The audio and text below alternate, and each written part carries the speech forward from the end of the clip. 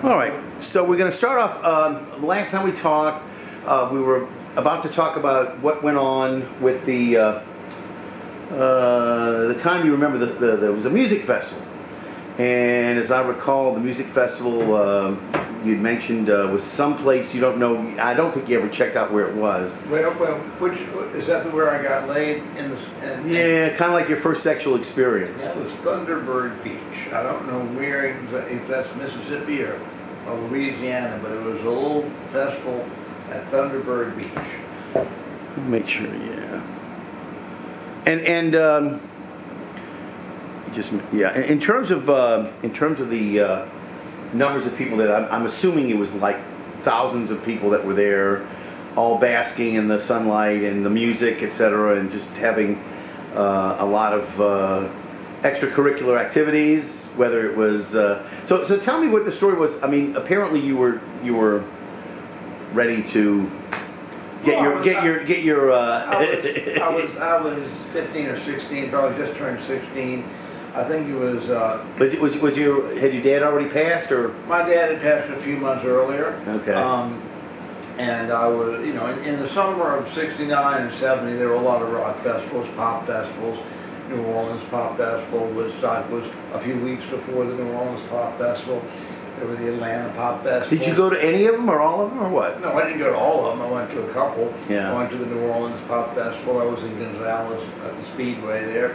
I went to there's a few of them, but this one in Thunderbird Beach, I don't even really remember where that was. I think that might be near Baton Rouge. But a lot of my friends had already indulged in acid and other drugs, and I was just holding back. I didn't feel like that was for me, at least not quite yet. But I was at this festival alone, and I just said, "What the hell?" So somebody gave me this little hit of acid. Was it like a tab, or it was actually a capsule, and it was called Blue Flats. And I just figured, I opened the capsule and poured the contents into a Coca-Cola and just waited and drank it and waited for something to happen. And I remember I had my hands clasped and I was sitting on the ground, and I see this hole in my hand, which I was actually making myself, and I have a hole in my hand. And I remember things started getting weird right around that time. But long story short, I bothered a lot of people. I was being quite obnoxious, and I wound up in the trip tent, in the medical tent, somewhere in the middle of the night after talking my head off to everybody who would listen to me and making no sense whatsoever. In fact, when I ran out of things to say, I just made up a foreign language and started talking to people in a foreign language, my own language. And so I finally wound up in the medical tent and got a shot of Thorazine to bring me down. Okay. And then... is this night or daytime? Do you know about how long it was? It was the middle of the night. And then now it's daytime the next day, and I'm sitting on the beach there talking to some new friends I made. And I see this girl playing with a Frisbee, maybe 50 feet away. And I was still pretty shy as far as approaching girls, but for whatever reason on this particular day, all the shyness just kind of melted away. And I walked up to her. I was like 16, she was 19. And after a little bit of conversation, we wound up in my tent. And we were having sex. Yeah. And it didn't last very long at all. Maybe about 5 seconds. I guess the question is, first off, blonde, brunette, redhead, or do you remember any of that? I have a very vague memory. This is over 50 years ago. And I think she had brown hair, long brown hair. And nothing striking about it, and you never met again after that? Never saw her afterwards, which tells me I wasn't very good. I thought I was fine, but you never know. I didn't know what I was doing. And but that was my first sexual experience and drug experience all in the same weekend. Mm-hmm. And that was the summer of 1970. Now, you mentioned acid, but most everybody back in the 70s and 60s had been using pot. Right. I mean, I think unlike Bill Clinton, I think it would be safe to say both you and I did inhale. Yeah. But again, that was, I think, just experimentation. It was something that Right, was no, sort of, I smoked pot, but Yeah. I wasn't quite. They fed us so much about you'll have flashbacks and you'll have this Right. and that. Your brain will never be the same. Right. So the propaganda got to me. They tried to scare you. Yeah, they tried to scare you. So I experimented much later than my friends did. Mm-hmm. But and quite frankly, I didn't like the way I felt. Yeah. I like being in control. Right. Too much, and when you're doing that, you're not really in control of your senses. So, as I recall, I didn't even get to shoot any pictures that weekend because I couldn't Yeah. function with a camera. You're lucky you saved your camera equipment. I'm lucky I did. Yeah. So I mean, that's another story. So this is around 1969, 1970. You're still in high school. And at that point, like you said, your father had passed away. It was you and your mom. How were things at that point with she just lost her husband? I mean, was she somewhat reticent at that point? Was she trying to deal with the loss? Or, of course. I mean, they had a good marriage. They were married solidly, and I was trying to make heads. I was left without a father at 15 years old. Right. He died in February of 1970 on Mardi Gras Day, and the first people I remember seeing was Lydia and Leonard Ronick at the hospital, and he died just after I got there. I don't think I remember at that time why I didn't go to the hospital or whatever. I don't know whether or not my mother shielded me from a lot of stuff, didn't let me know a lot of stuff, etc. Right. So. Well, no, those were the only relatives I saw at the time. I think they just may have been there to visit, and it just so happened that he died on that day, on Mardi Gras Day. It's interesting too because Irvin's wife Sarah died on I think on Mardi Gras Day as well, and it's interesting. Right after Sally died, my birthday was on Mardi Gras, so. There have been some of those strange, I guess you might say, happenstance, curious that they happen on those particular times, etc. So let's say, you were still in high school at that point in time. You started to shoot some of the pictures, etc. At the warehouse. I think we started to talk a little bit about that. And you were starting to get employed on a regular basis, not all at once. And they opened what? The warehouse started opening on what, the 70? The warehouse opened, I think, in January of 1970, and I didn't become the warehouse photographer right off the bat. In fact, it was sometime during that first year that I went to concerts just like a regular concert goer, and I shot pictures. I think the first show I may have seen might have been Johnny Winter or Joe Cocker, and then.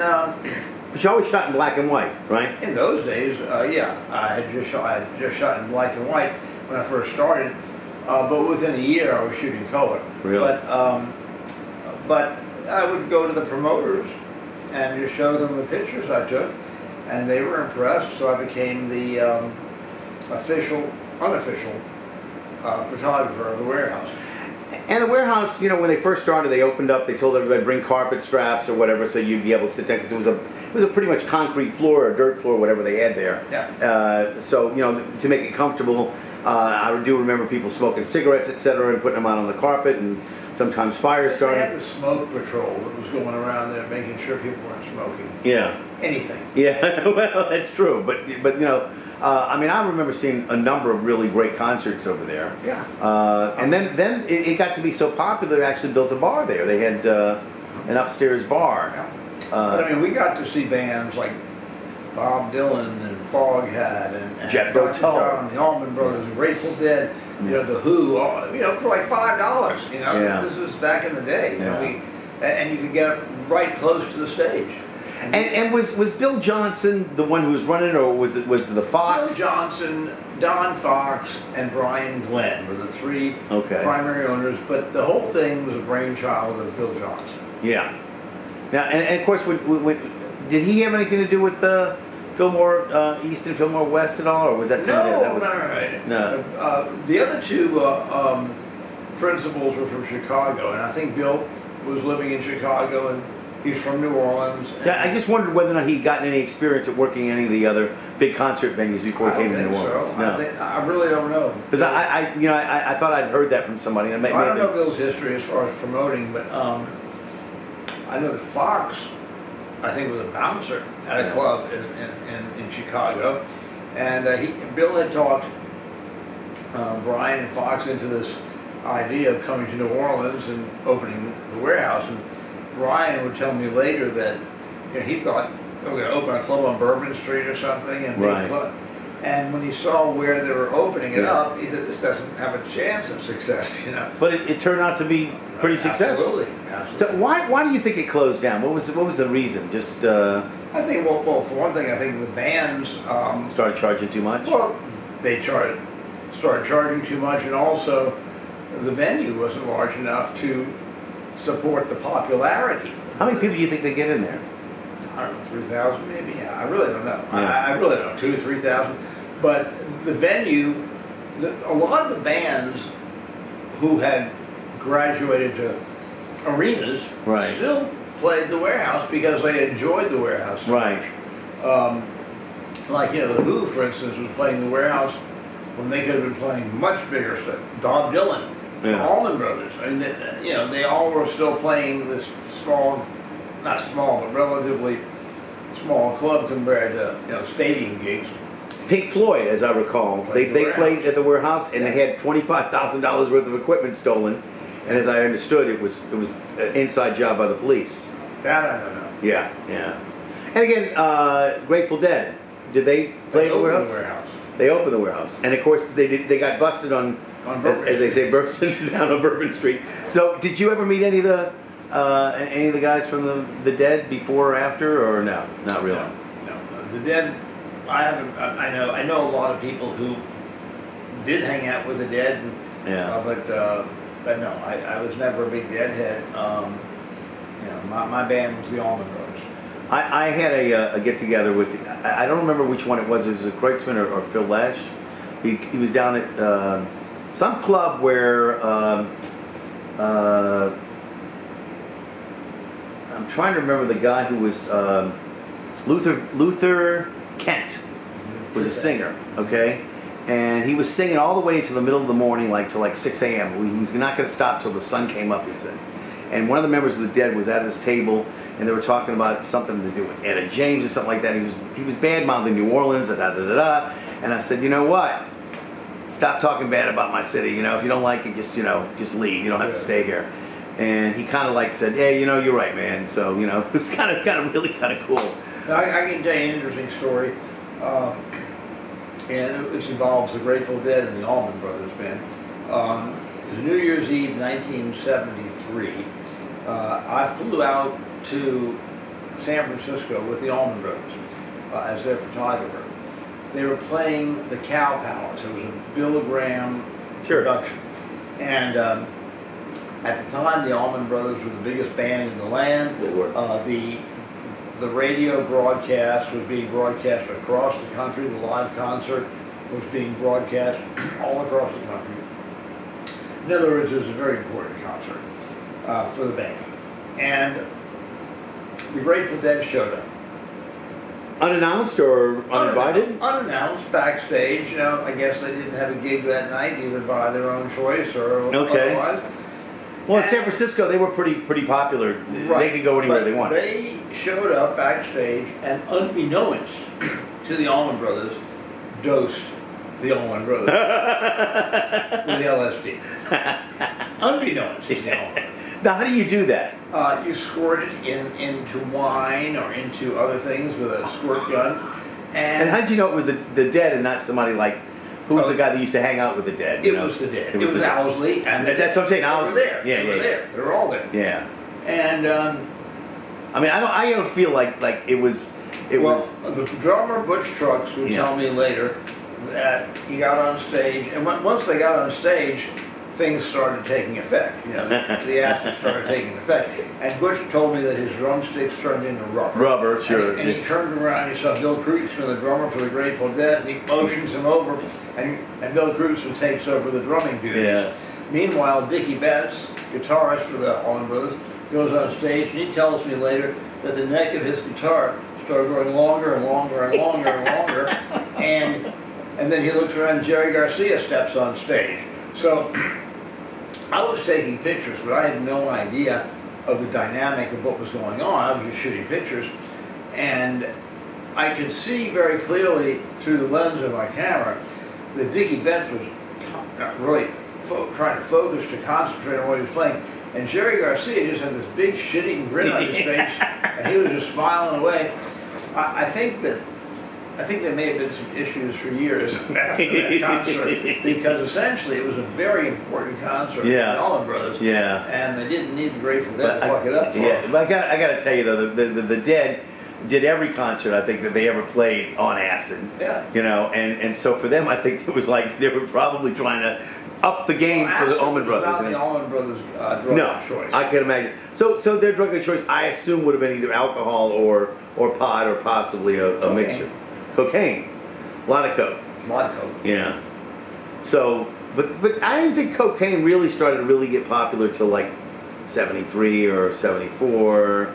It was. You're talking about really popular in 73 and 74. That's the period of time we're talking about. Okay. Yeah. Yeah. So, I mean, and that was the first New Year's Eve that they didn't play the Warehouse.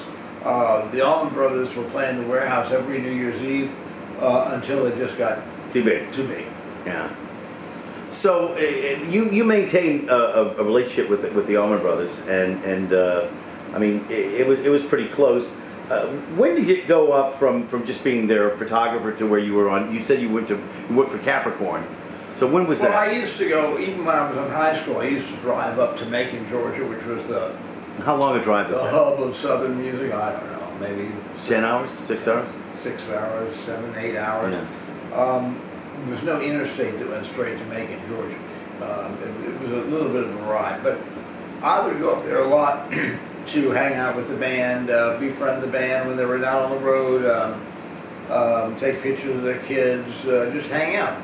And then you come back to school, or is this during the summertime? It might have been during the summertime.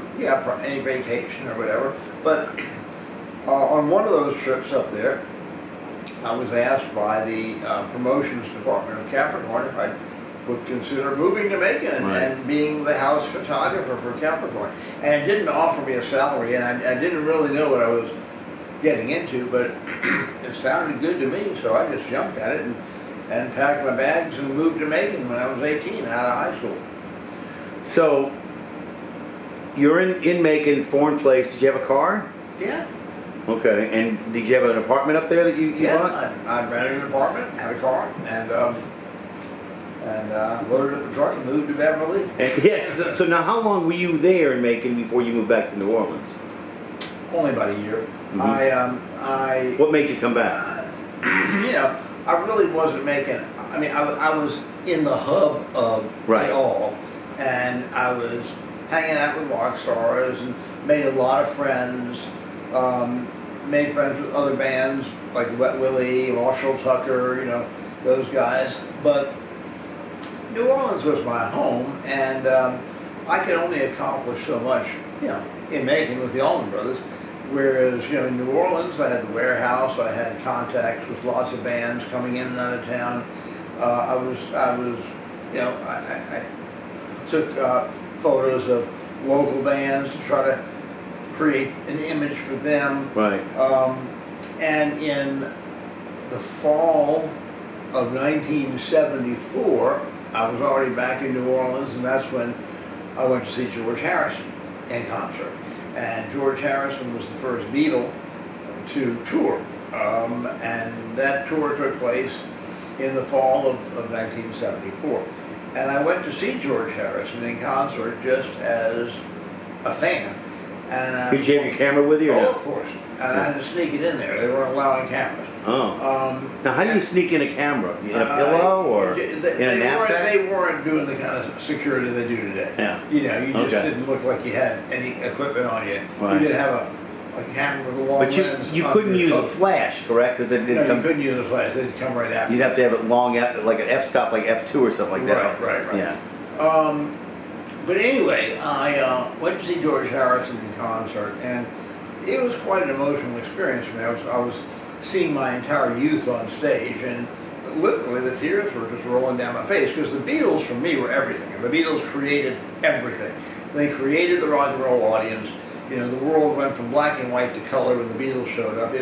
I breathed the Beatles, bled the Beatles, sweated the Beatles. The Beatles were my entire youth. And to see George Harrison, literally just, I think I was on the 14th row, so I had a great view. And it was just an emotional experience. So I left that concert pretty drained.